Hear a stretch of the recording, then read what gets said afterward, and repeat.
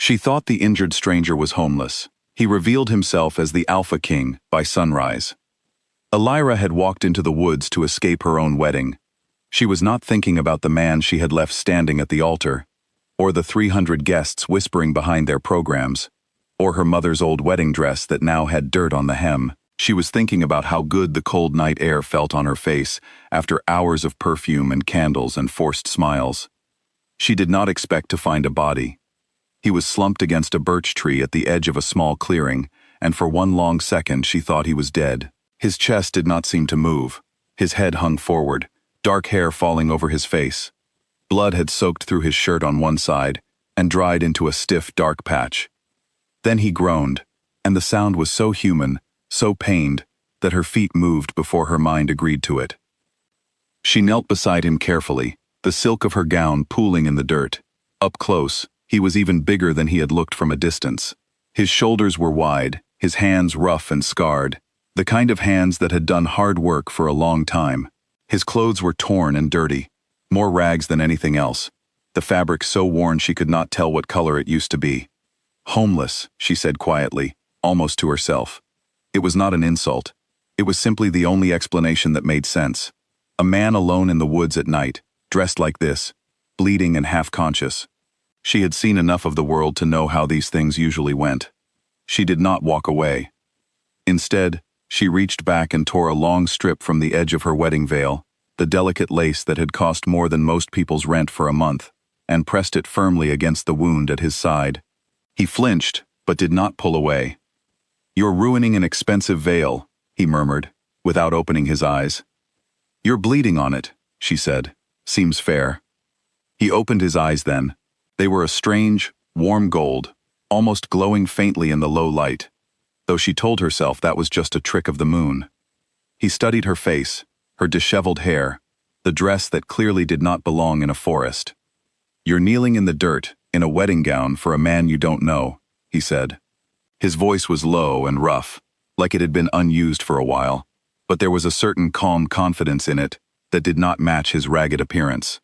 "That's an interesting choice for a bride." "I'm not a bride anymore," she said simply. "Not tonight, anyway." He almost smiled at that, though the movement seemed to cost him effort. She could not leave him there. Whatever good sense told her about strangers in the woods, some deeper instinct told her this man needed help, and that instinct was louder. Her grandmother's old hunting cabin was not far, just past the ridge, empty since the old woman had passed 2 winters ago. Elira still kept the key. Getting him there was not easy. He was heavy, and though he tried to help by leaning on her and taking slow steps, more than once they nearly fell together into the underbrush. By the time they reached the cabin door, both of them were breathing hard, and the eastern sky had begun its slow shift from black to deep blue. The first quiet warning that morning was coming. Inside, she lit the old oil lamp and helped him onto the narrow bed near the fireplace. She found bandages in her grandmother's old first aid tin and clean water, and set to work cleaning the wound properly. He watched her hands the whole time, saying nothing, though she could feel his gaze on her like warmth from a low fire. "What's your name?" she asked, tying off the bandage.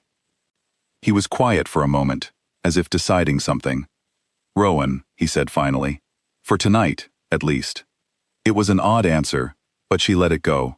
She was too tired, too far from her old life now, to question every strange thing a stranger said. She made him broth from the dried herbs and small store of food her grandmother had always kept in the cabin, just in case.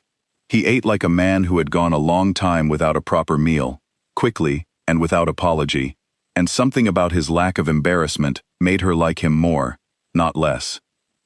"Thank you," he said afterward, setting the empty bowl aside. "You didn't have to help me." "No," she agreed, "but you looked like you needed it. Most people would have walked past. A man like me, dressed like this, in the middle of nowhere." There was no bitterness in his voice, just simple observation. "Most people aren't running from their own wedding," she said. "I wasn't in the mood to walk past anyone tonight." He tilted his head slightly. "Why did you run?" She thought about lying, giving some polished, sensible answer. Instead, the truth came out plain and unguarded, the way truths often do in the strange, quiet hours before dawn. "Because I looked at him standing there, And I felt nothing. Not fear, not love, nothing at all. And I thought, if I feel nothing now, what will I feel in 10 years? So I left. Roan nodded slowly, as though this made complete sense to him. That took courage. It took desperation, she corrected, though a small, unfamiliar warmth spread through her chest at his words.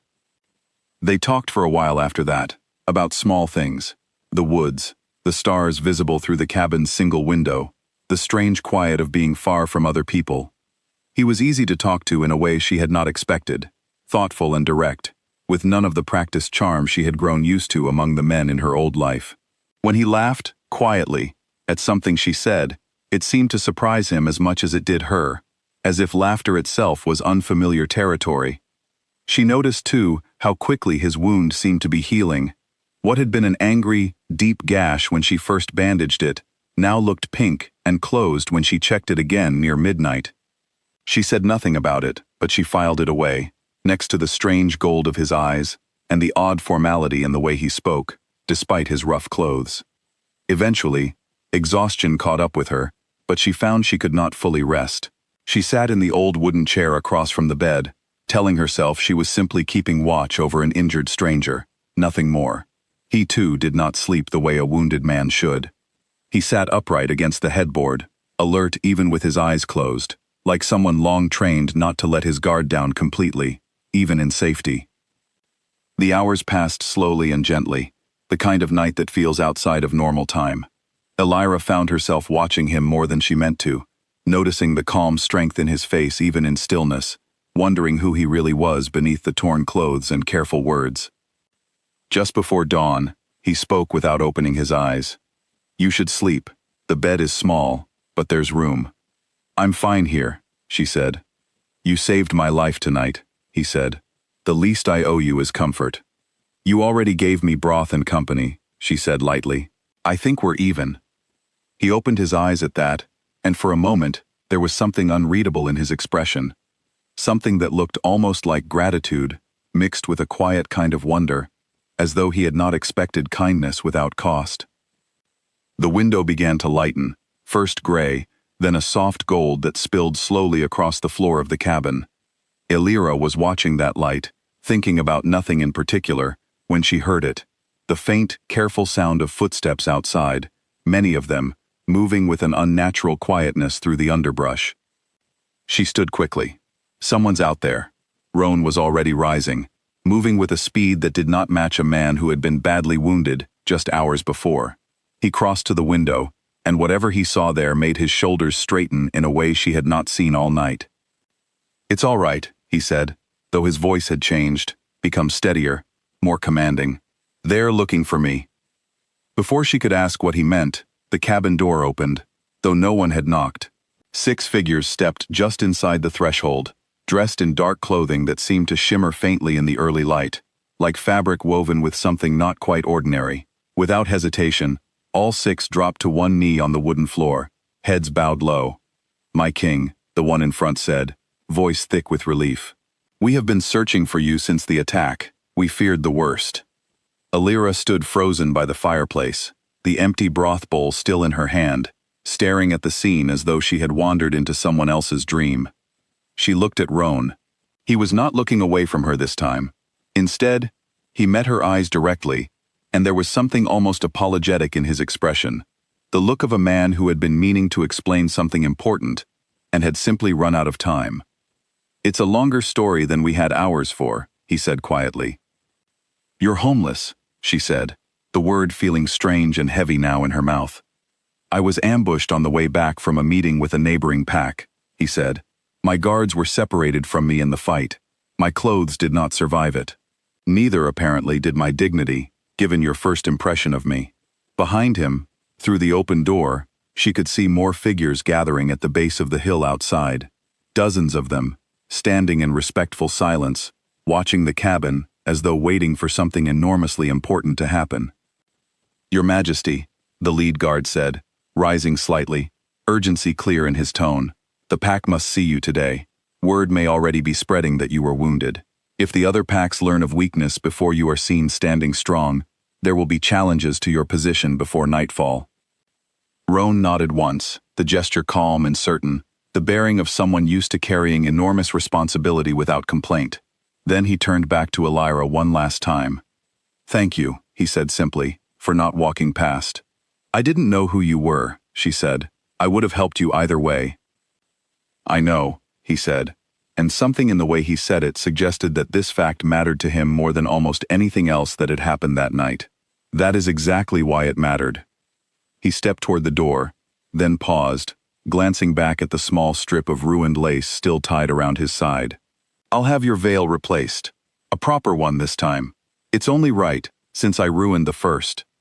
Before she could answer, he was gone, moving down the hill surrounded by his guards, the gathered crowd parting respectfully to let him through, then falling into step behind him like a great silent tide. The sun rose fully behind them as they went, turning the whole hillside gold, as though the morning itself had been waiting patiently for this exact moment to arrive. Elira stood alone in the cabin doorway, still dressed in the remains of a wedding gown that no longer felt like it belonged to her old life at all. She looked down at the torn, blood-stained strip of lace in her hand, all that remained of the veil she had worn to a wedding she never finished. She thought of the man at the altar she had left behind, and felt nothing at all, just as she had the night before. Then she thought of gold eyes in the moonlight, of a low voice thanking her for kindness she had given, without expecting the world in return, and felt something else entirely, something new, unfamiliar, and impossible to ignore. She did not go back to her old wedding.